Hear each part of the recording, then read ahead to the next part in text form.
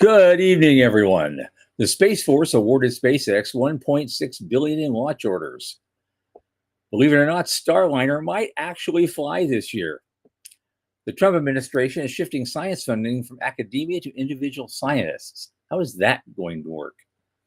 An abandoned SpaceX rocket is about to crash into the moon about 6 days from now. Now what? There's a complaint that private companies could ruin the night sky for everyone. There's absolutely nothing we can legally do about it. Sphinx Defense wins $287 million for strategic defense. Experts say current Starship heat shield tech may be a dead end for rapid reuse, despite that lovely photo of the latest landing.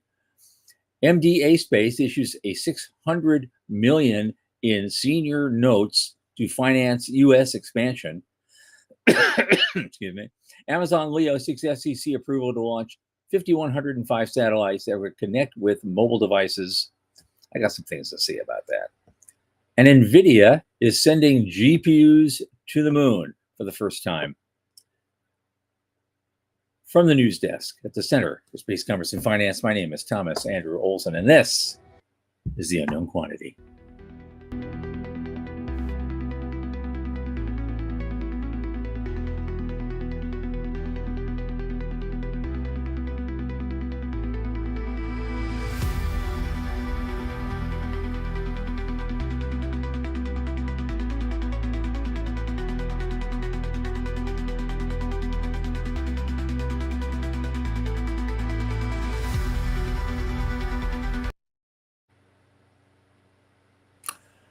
As you know, this podcast is brought to you by the Center for Space Commerce and Finance. And what do? Of course, you know, we champion and strengthen emerging space startups and space-adjacent enterprises worldwide through advisory, access, and advocacy. Our legendary pitch events and world-class boot camps fortify startups to be better investor ready. Now, in addition, this podcast, which has become more or less a crown jewel of our activities, is largely supported by our listeners and fans like you. So if you go to cscf.space/support, click that plain as day donate button. $10, $25, $50, $100 even is not a lot in the grand scheme of things, but sure makes a big difference for us. And it's U.S. tax deductible. Don't forget to like and subscribe and tell your friends that really, I'm telling you, subscribe, because we get to generate a lot of data about who comes and watches our show, and that helps us get support from outside sources and maybe leads to sponsorships. So please subscribe. Now, speaking of friends, my longest space friend, Michael Lane, who just finished smoking the peace pipe with Ron Wiener, is here with us right now. Michael, get in here. Hey, how's things? I'm good. The peace pipe. I was going to tell you about Ron. We're gonna sponsor he's really figured out the LinkedIn algorithm. He really has. He's basically he's gone from about 50,000 impressions over the last couple of years and jumped it up to, he's a 1.4 million now. He'll definitely hit 2 million impressions. I mean, it's really remarkable. So we're going to take a class, and I'm going to bring you to that class. Good. We're going to, we need to crack the code, and he has apparently cracked it. So absolutely. Yeah, absolutely. It's kind of cool. And they're coming in. Jason's here. Veronica's here. Veronica's here. Hi.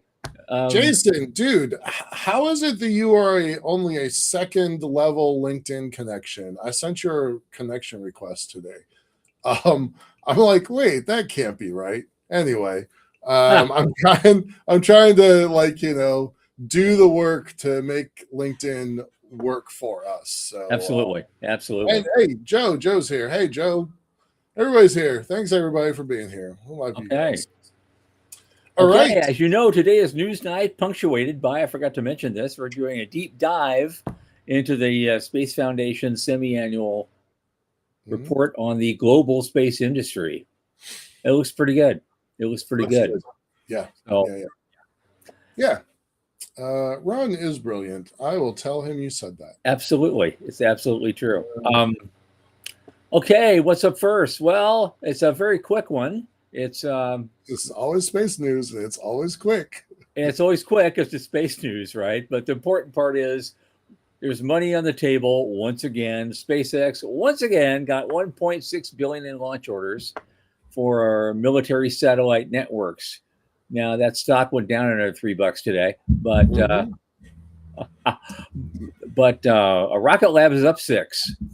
I guess their announcements finally caught up with them.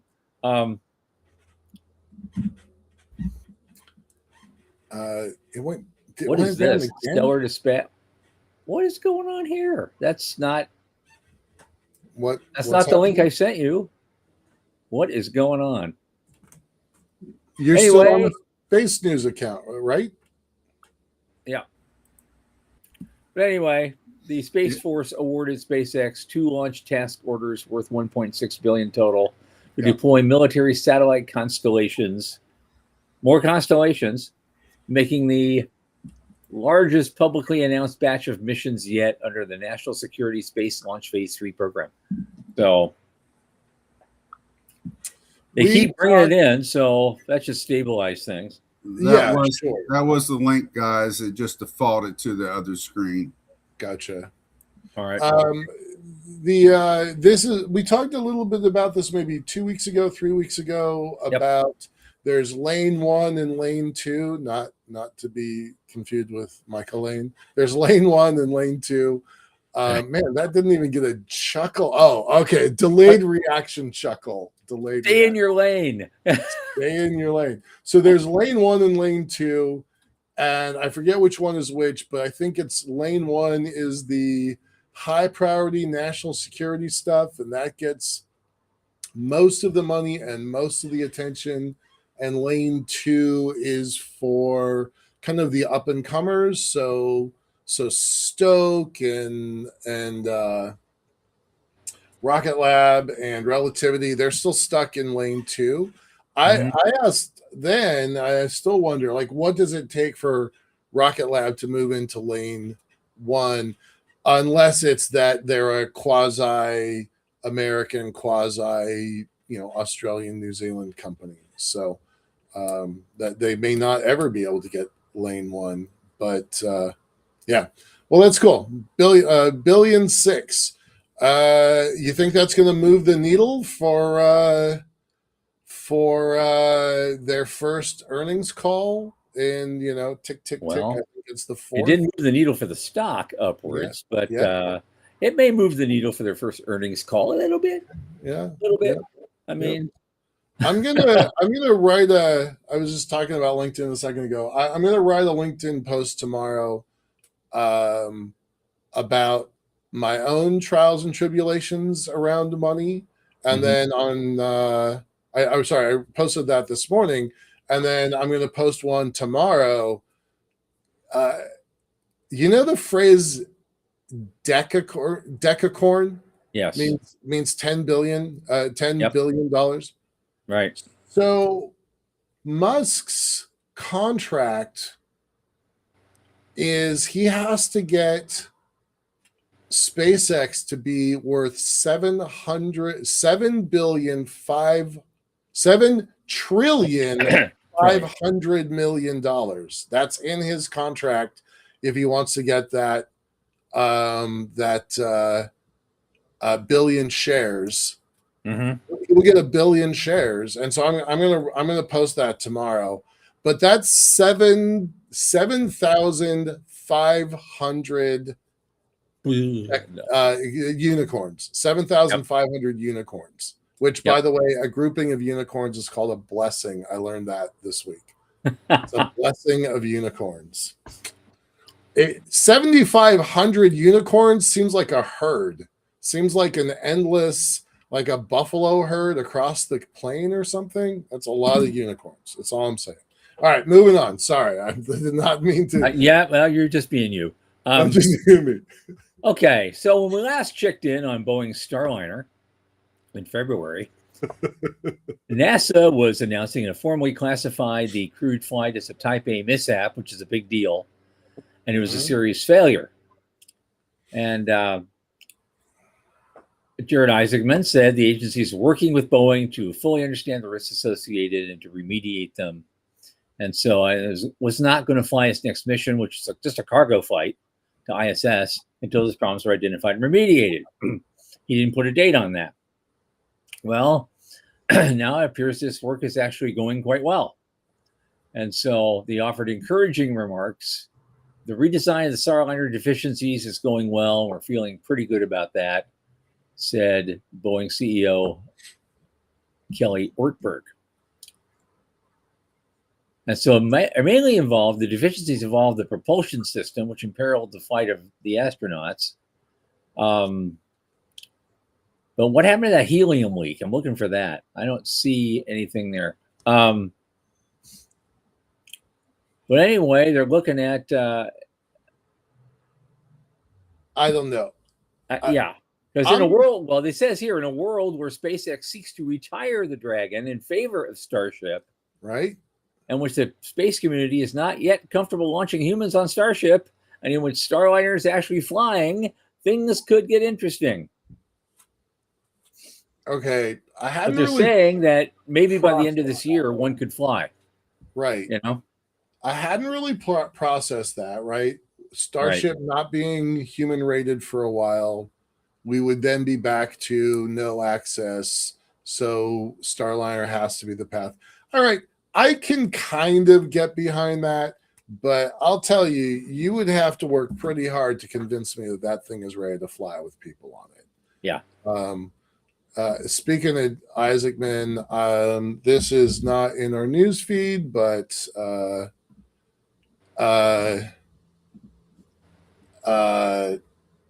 Diamandis just got an hour. Sorry, I don't know if everybody knows. Peter Diamandis started the X Prize, started International Space University, started a bunch of other stuff. Now he's kind of in the talk show circuit, has been for a long time. But he just got an hour and a half interview with Isaacman. It is fascinating. It is fascinating. So I'm just going to toss that out there for the world to watch that channel. And then I'm going to cut this. All right. Can't seem to cut it. Stop sharing. Dallas Benoff's here, and he's saying, "Can you imagine docking Starship to ISS? Pull each other out of orbit in the Right. Oh, that's great. I love that. Yeah, let's do that. Let's make that a tasking order. Good job, Dallas. All right, let's move on. Okay, I don't want to get political. I'm not going to, but it is a political thing. It's on the Hill. And so, your mileage may vary. But I thought it was worth mentioning because it just seems vaguely important. They're going to shift R&D funding from academia to individual scientists. And this is not a trivial amount of funding. It's $200 billion. Right. And so I'm just stumped. I have no idea what this is about or what the case is for that.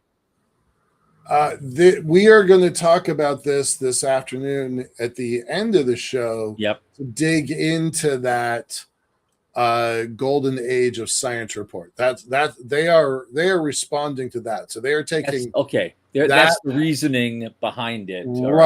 Right. We're still talking about the same thing, but they have a very interesting perspective on the same article that we're going to be discussing. Yeah, I got a chance to skim it a little bit, and I know what you're talking about. So we'll definitely. Our guy here, Jason, is actually, I'm told that he's actually spent a lot of time on that document. So hopefully Jason will pipe in with his thoughts as well. Yeah. All right. Okay. Yeah. So there's definitely some bias in that article. But it's the Hill. It's the Hill. It's a cut it's a cut above the Guardian, though. I'll give him that. Right. Well, no, there's a guy, Whittingham, who is hard right. So the Hill, it's certainly not unbiased. It is biased, but they do swing both left and right on that one. Yeah. But sometimes the swings are quite, depending on the post, right, they're like that. Right. I feel well, and we'll talk about this when we get to the actual document. But Sure. Since we're talking about it for a second, I think this is similar to the shakeup that they did with SBIRs and STTRs, where they just completely redrew the map on how to use those things. So I feel like it's that sort of shakeup, but in the same way that we don't know what's going to happen with the SBIRs and STTRs, we don't know what's going to happen with this, and this is newer, so it's very AI focused. Yeah. Right. Okay. Next up, there is a rocket stage from SpaceX. It was launched in January of last year, and it sent 2 commercial lunar landers toward the moon. Now, with its work done, the rocket lacked the fuel to return to Earth or move into deep space. It remained in an unstable orbit until gravity finally set it on a collision course with the lunar surface. And that's supposed to happen next week in the early hours of August 5th. Fun. And it's going to slam into the moon at about 8,700 kilometers per hour, about 5,500 miles. But it says the crash itself poses no danger, but here's the thing. It signals a looming regulatory problem. Mm-hmm. All you space lawyers listening to the show, listen up. Right? So as governments and companies race to build a permanent presence on the moon, there's almost no practical framework for coordinating activities that can permanently reshape the lunar environment.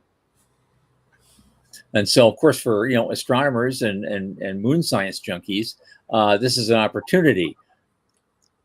Scientists know the rocket's size, speed, mass, and roughly where it will hit, so that impact represents a very rare chance to study exactly what happens when something impacts the moon rather hard. And so that will provide data to improve computer models of how craters form and how lunar dust behaves. I'm actually kind of excited about that. It's kind of taking a bug and turning it into a feature. Yeah. I don't remember this mission, this January 2025 mission, that they had abandoned the rocket out there. I feel like that should have been news even back then, but I missed it. Yeah. But I'm kind of excited about this. Yeah. I think a bug into a feature is a pretty good analogy here. Because 2 private landers. Okay, they were Blue Ghost and Resilience. Oh, those are the ones. That was the ride for Blue Ghost and Resilience. Yeah, that didn't work out. Okay, all right. Yeah. So our friend Michelle Hanlon has her archive at For All Moonkind for assets on the moon, and so here's another one. Well, we should bring Michelle Hanlon back on the show. Sean, you were asking for who else we should have.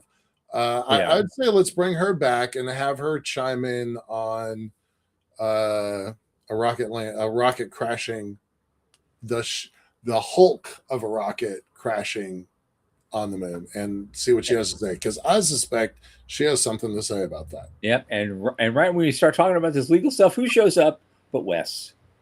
Hey, Wes. What's fair, man? How you doing, man? Yeah. Yeah, that is perfect. Good timing. Yeah. Okay. Yeah, Veronica's like, it's geologically important. You're dang right it is, gal. It's I think it's a big deal. I did not know. I don't know if there's any sort of coordination that's happening to monitor this thing. So I hope that people are not like going to miss that opportunity. Okay. Moving on. Okay. So private companies could ruin the night sky for the whole world. and international law can't stop them. And so, also another one for Michelle Hanlon, but yes.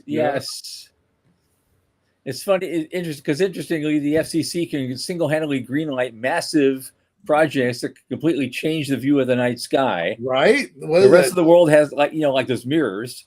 Right, the mirrors, Yeah, and so now everybody else is going, hey, wait a minute, what about the rest of the world? Do people in the village in Nepal really want to see that when they used to see the Milky Way every night? Right. I know, I live there. Yeah. So, yeah. I've been saying to every kid that I talk to for years now, go outside and just look up.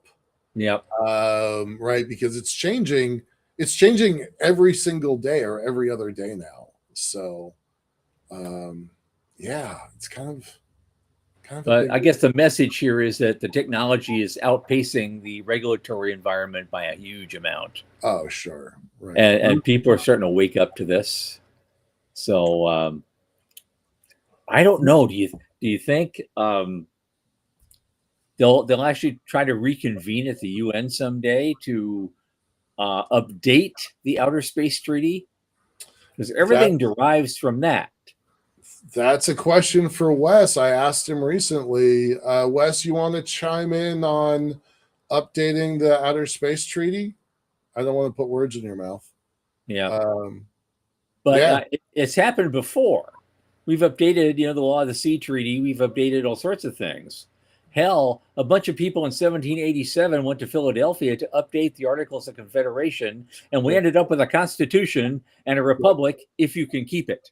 If you can keep it. So, and that's something else that isn't in the news. Speaking of that, as an aside, there's this group of concerned astronauts for like peace and freedom. There's 108 of them, including 90-year-old Rusty Schweikert. Oh yeah, and they were all convening in California. I thought, it's for going to be one of those probably leaning to the left, get out the vote movements. It isn't.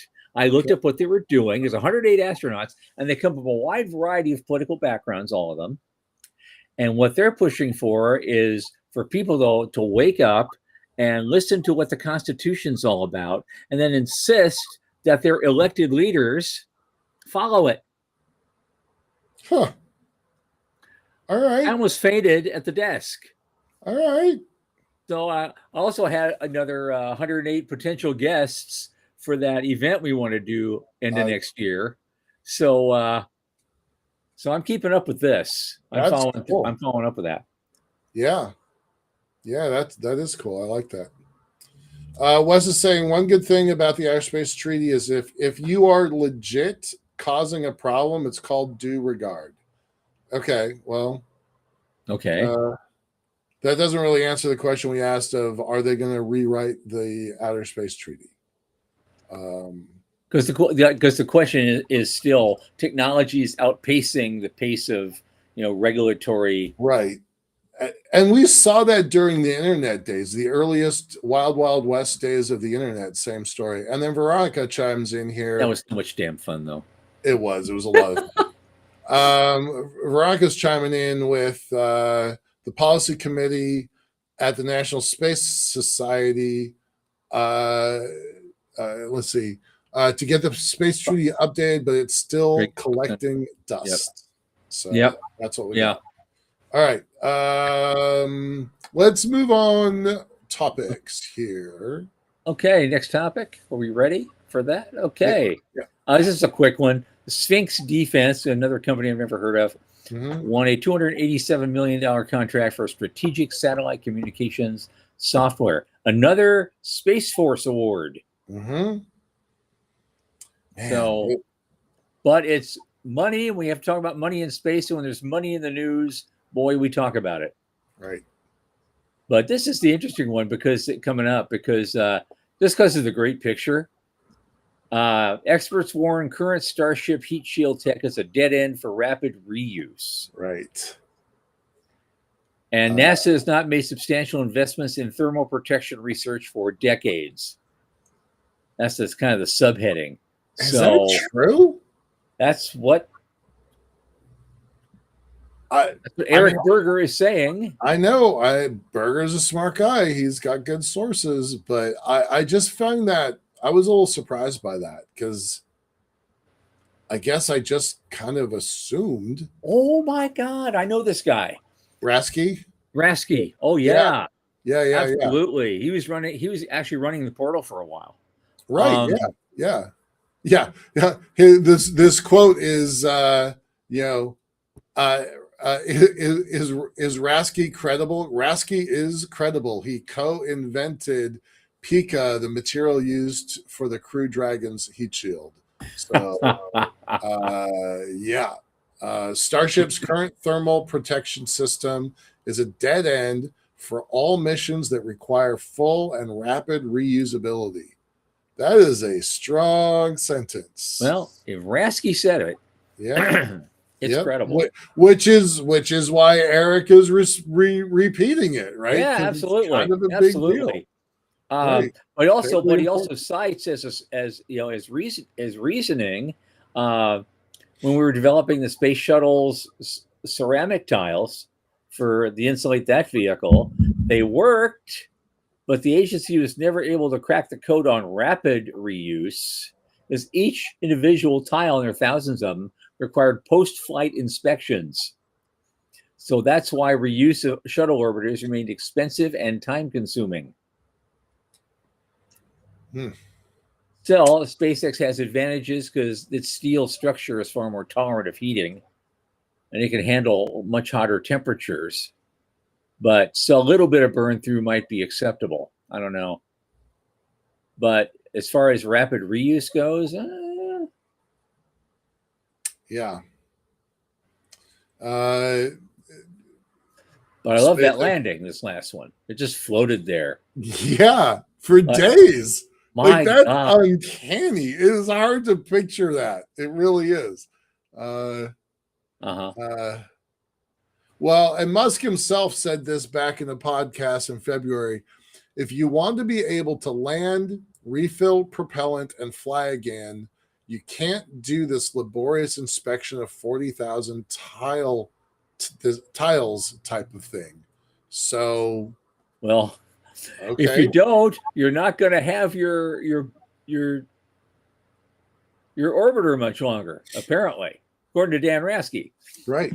Yeah. Yeah. So you want to use that orbiter 100 times? No, you'll lucky if you get 4. Oof. Yeah. Oh, Joe is telling us it's still floating. So that thing is still out there. That booster is still just sitting in the ocean right now. So maybe they got a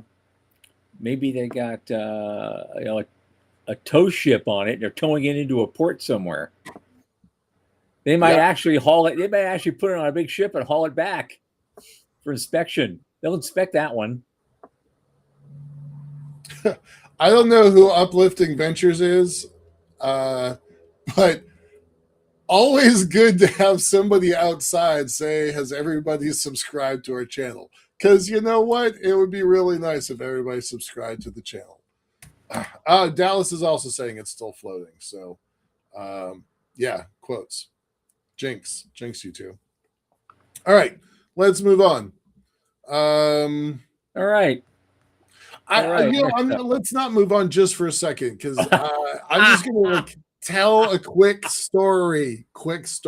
Okay. I was down in Florida, not at the very last shuttle flight, but the one just before it, and they were retrofitting the last one, and I was like, close enough. It was just above my head, the wingtip. And I'm like, I could touch that. I know I could touch that.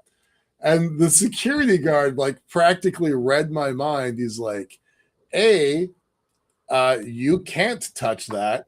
And B, if you did, your oily fingerprints would create a smudge and we would have to replace it. So don't. Just one little mistake. It's all it takes. One little mistake. All right. It's Lisa. That's awesome. Hi, Lisa. Yeah. I did not know that. Another short one. All right. What do we got? And this is a Canadian company, MDA Space, but they issued a 600 million senior note financing offer to finance expansion in the U.S. Via private placement. Senior unsecured notes to fund its acquisition of Blue Canyon Technologies. That is crazy town. I know. It's a 6.5% coupon, and it matures in 2033. No, there's more to this story, right? So I'm pretty sure that MDA is the folks that built the Canada arm. And I'm pretty sure that Blue Canyon is the group that came out of an incubator in Colorado Springs, might have been 2019, pre-pandemic. Pretty sure those two things are true. Not 100% sure that's true. So, MDA has a terrific heritage, and they have been straddling working with ESA and NASA for 30 years. As Canada, they are able to get ESA and NASA contracts. So this puts them pretty squarely in the American camp, which I'm a little surprised that that's what they wanted to do. So lots of things about this make me curious. I'm kind of interested in this. I'm probably going to follow up on it. Yep. Oh, just a sidebar again. Dallas is here, of course. Hi, Dallas. And he said SpaceX is racing to recover the Starship. Okay. Per Musk and per Google. So I guess it's happening, which is very, very cool. It will probably maybe the last one we get like that. So they'll probably end up being on display on a big stand sticking up in the air at Boca, when you drive in there. Yeah. I'd love that. I don't know. It's been floating in there for what? A week? About a week. Yeah, a week. It went last Thursday, right? I think. Just after. No, last Saturday. Just this last Saturday. Yeah. Oh, so 5 days. 5 days. Yeah. But seawater can do a lot in 5 days. So get it out of there. Nemo could find its way in. All right. Okay. Moving on, man. Well, we got a couple left. So, and so obviously, probably you've heard about this before. I just wanted to mention it. So we mentioned it. And Amazon Leo is getting FCC approval to launch 5,105, not 4 or 6, right, satellites that will connect with mobile devices. So this is all direct-to-device. Yawn. But okay, if that's what you want to do, that's the flavor of the month with all these guys. Right. I'm just not seeing the numbers in that. Walt doesn't see it either. That's why we're not doing that at Avialto. We're doing Wi-Fi broadband and service and mobile backhaul, which is a lot more volume and a lot more money. So, but that's what they want to do. These guys all are on the bandwagon. It's like building, AI data centers. Sure, everyone's on the bandwagon. D2D, sure. Yes. Yep. Everybody will have D2D, and everyone. And you're saying Charles Miller was a co-author of that article. Well, since all this big wave of D2D constellations, everyone's forgotten who Charles Miller is. Right, the guy who started it all, and as the phrase is, and he's got the receipts for it, right? Yep. Does not get enough credit. Does not get enough credit in the industry. Nobody hears about Link now. What's that? Nobody hears about Link now. When's the last time? I haven't heard a peep about Link. I'm gonna Link look it anything. up right now. Yeah. But I thought it was worth mentioning. It's not a huge deal. They have a specific target audience, I guess, and 5,105 is just perfect for them. Well, I think it's interesting because they're building them up here in the Seattle region. So and that's one of the reasons why Alan Boyle was the author here, because GeekWire is a local Seattle group. Yep. Alan's another great one. He's like Brian Berger. No, he's great. So yeah, this has a real direct economic impact here in our space, in our environment.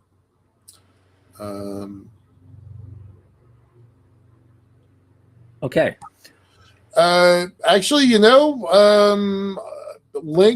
Link Aerospace was in the news just in October 2025. So a couple months, but they're still doing stuff. And It's been a minute. Actually, all right. I'm going to put this up. I'm just going to steal the spotlight for a second. Link is merging. I'm literally reading this like on the spot. Okay, maybe Link that's and OmniSpace today announced. This is October. Announced plans to merge to deliver a comprehensive direct-to-device connectivity solution, bridging the gap between today's satellites and terrestrial networks. Blah blah blah. There's more here. I'm not going to read it in front of you guys. Well, I've already figured it out. I've already figured it out just from the second paragraph. What's going on? Spectrum. It's all about having spectrum. And OmniSpace has something that Link does not have. That's it. That's got to be it. That's got to be it. Everything's about spectrum. When you finally build the thing, you got to have access to the right spectrum, or you can't do anything with it. So, yeah, this I have learned. So yeah, it's cool that Amazon is getting out there with a 5500 sat network, 5100 satellite network. Welcome to the party, y'all. I mean, they've been talking about Amazon Leo for quite a while. What's new is, I think, the 5,000 number. I don't think. The actual physical application has been made, and so now we are committed. Yeah, that's a huge thing. Now, the last blurb at this time of the evening: NVIDIA, the maker of all the chips that everybody knows and loves to build the AI data center that half the people hate and half the people other half want to make money on. Right. They've decided they want to now work with Lunar Outpost, which is a startup building robotics. They want to use their Jetson chips to control their LiDAR system. Right. So it's going to be likely to be the first GPU on the lunar surface. Didn't Lone Star, Chris Stott and his team, didn't they get a chip up there? Was that a GPU? Might not have been a GPU. We had CPUs up there for 35 years. Yeah. But GPUs are a different story. Maybe not. All right. Okay. All right. Sean, you were asking for connections. Try and get Jason Batt, BHATT, Dr. Batt, on our show, because he's at Lunar Outpost, and we can talk more about this. He's their marketing director now, I think. Yeah, I think that's a good marketing idea, Sean. He said he wanted to start a satellite repo business. Yeah, there we go. Right, based on Repo Man. Right.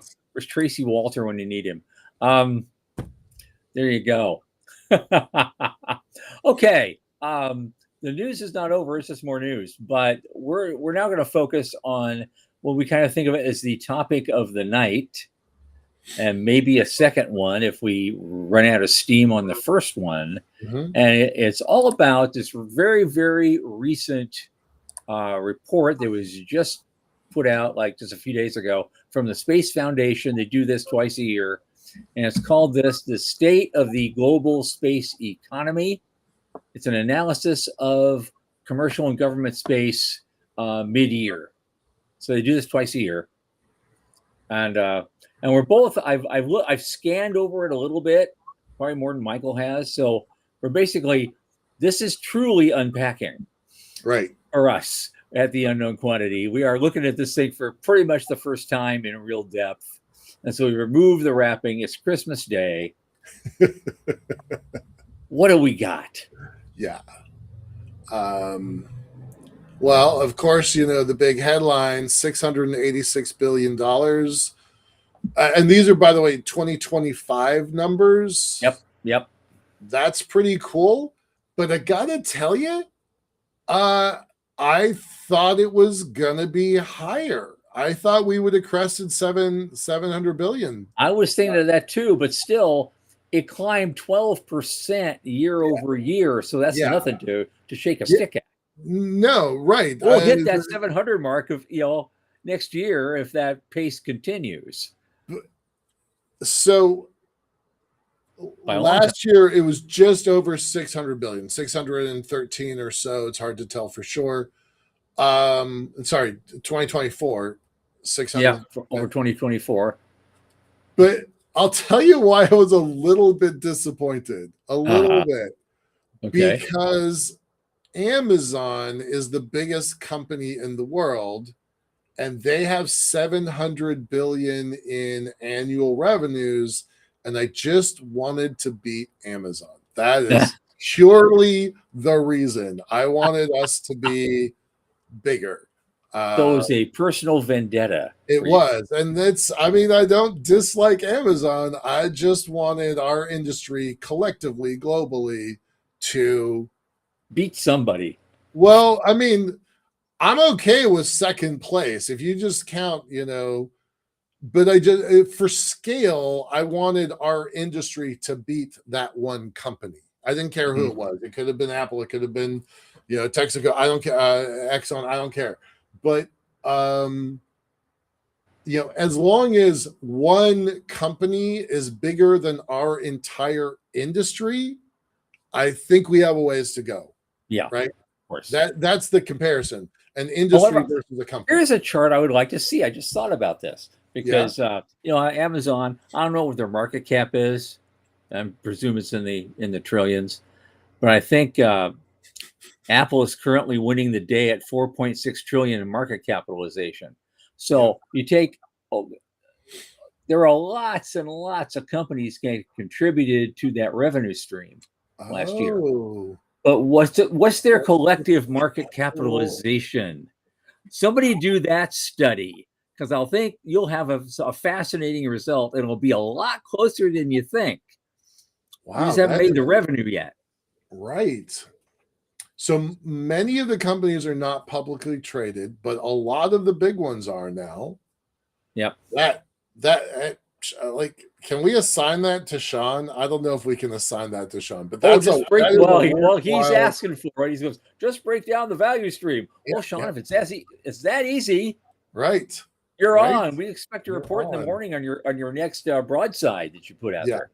Yeah, no, that's I really like that. Sean, that's a whole research set of problems. Yeah. Oh, that's what the tier ratio is for. Okay. Yep.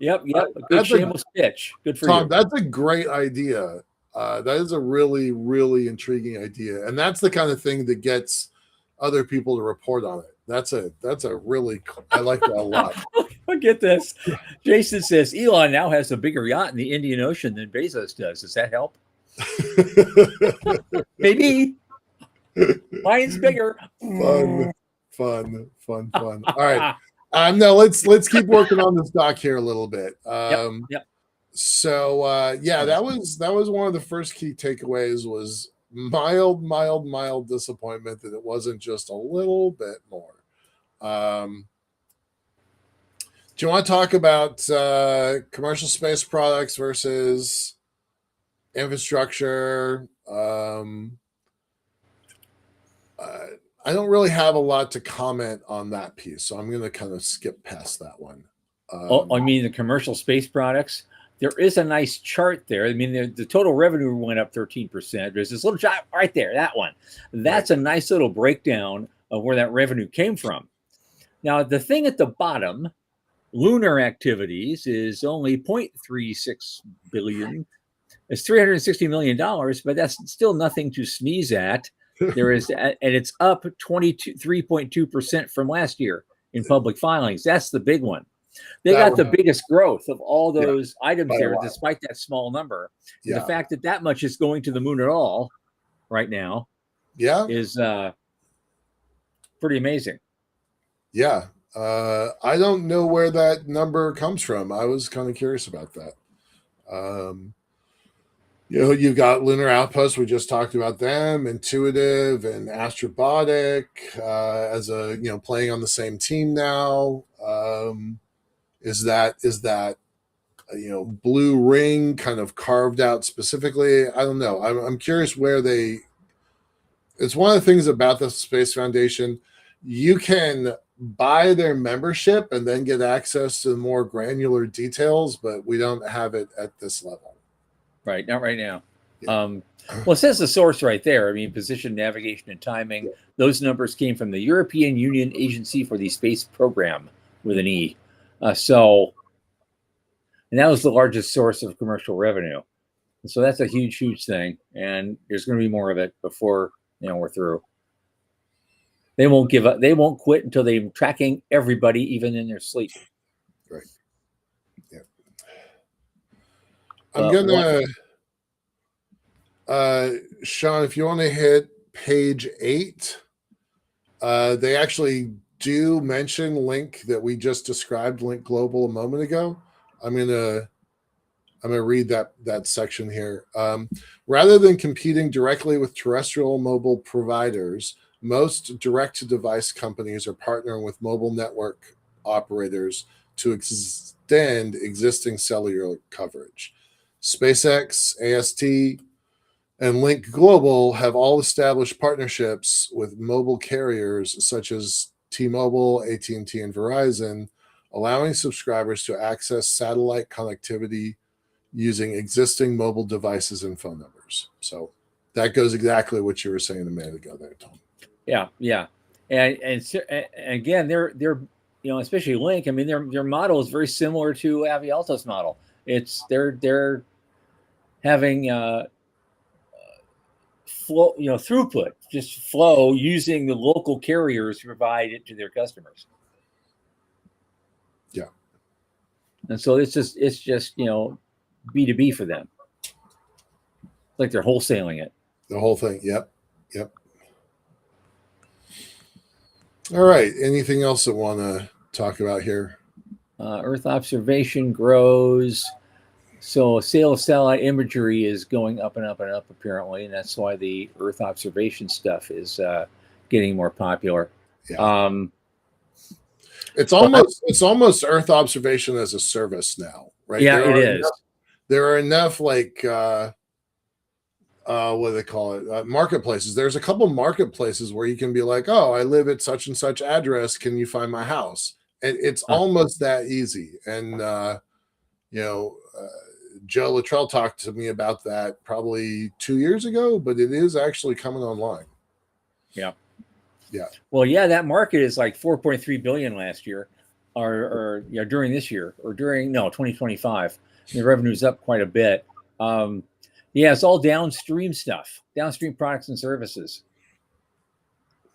But it's still dominated by companies based in the US and Europe, which is 83% of the market supply.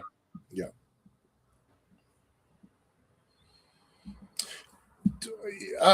Going back to that earlier thought for a second, I just did some math here.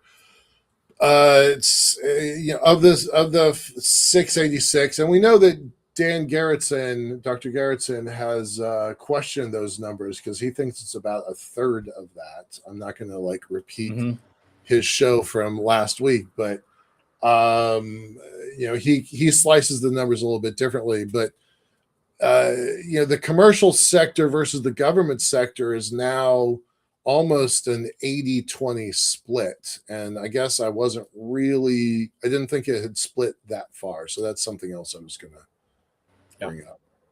Yeah. Okay. Okay. So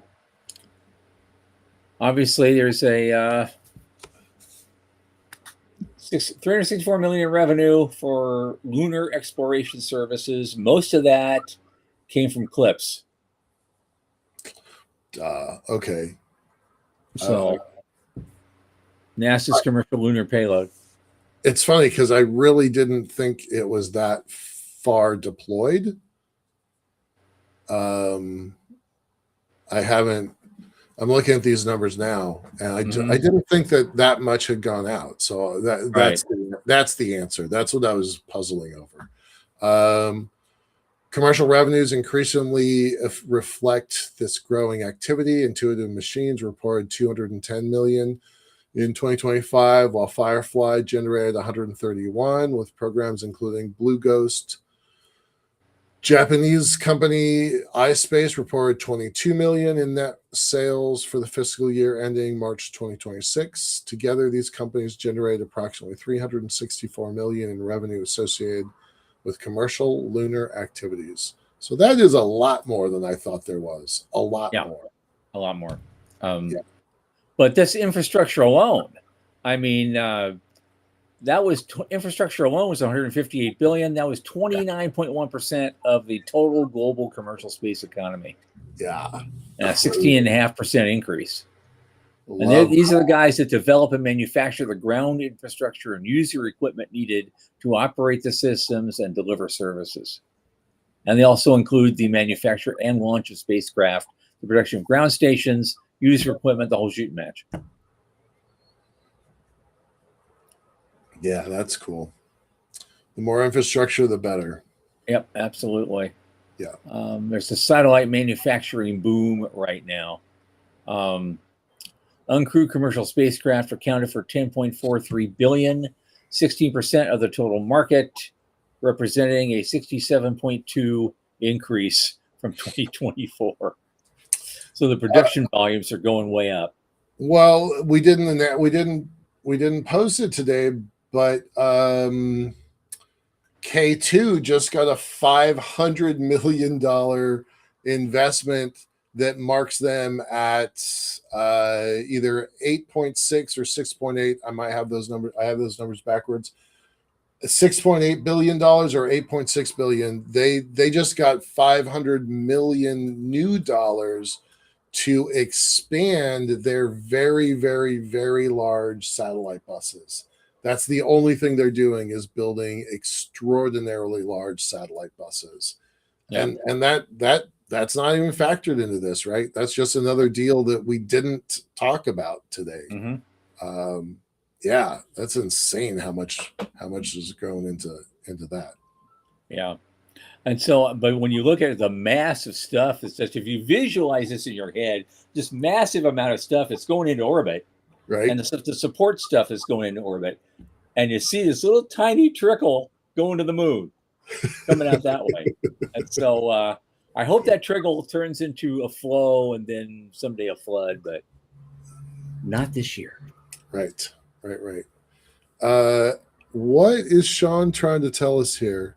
I looked at this earlier, and there was an overwhelming focus on funding downstream applications rather than upstream applications, which is where this infrastructure section resides. That's true. I do remember that. I would recommend people go back and look at some of Sean's posts. I think that was maybe 6 weeks ago, 7 weeks ago, something like that. Sean, give me a link, or just post a link to your because it was a really well reasoned argument, and I think people should just look at it. Okay.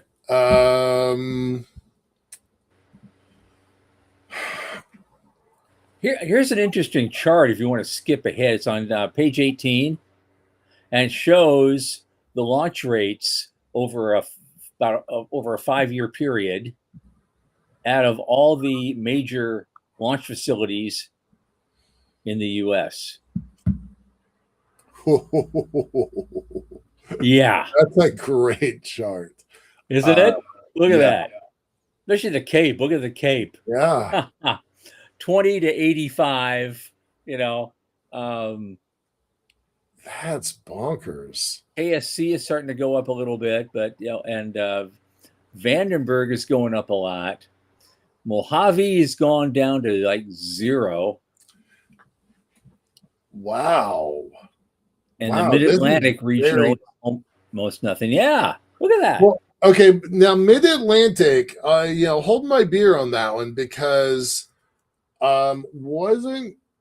somebody just built a new launch pad there? Was that Rocket Lab? I think Rocket Lab took over Mars. Yep.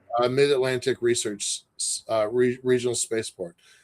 So they've got a brand new facility So this is 2025 numbers. I bet you, give it a year or two or three, and I bet you that number starts climbing. That's my solemn hope is it starts climbing. I'm gonna kind of beat the American drum for a second. Scroll back up to the chart on 16 and just look at the difference of commercial in the United States against military and civil, and then compare that to China's numbers. And then if you can imagine taking SpaceX out of that number. Yeah. It shrinks down to, it's still higher than China, probably. It's less than China. Vertical bar. It's less than China, and people are starting to really, worry about that. Right. Dr. Namrata Goswami has been like ringing that bell for years now that China is moving steadily ahead of the United States.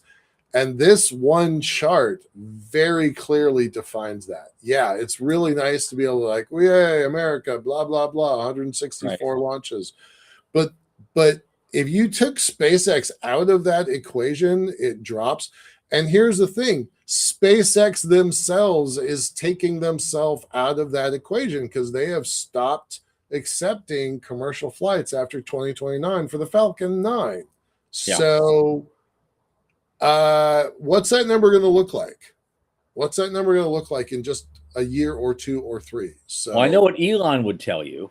Right. He's going to tell you 15,000 flights. It's going to be better. We're going to do 1,500 flights next year. Right. And that bar is going to go off the chart. Right. Yes. And you'll never see it again. Okay. That's fun. But if you take SpaceX out of the equation, what does the bar look like now?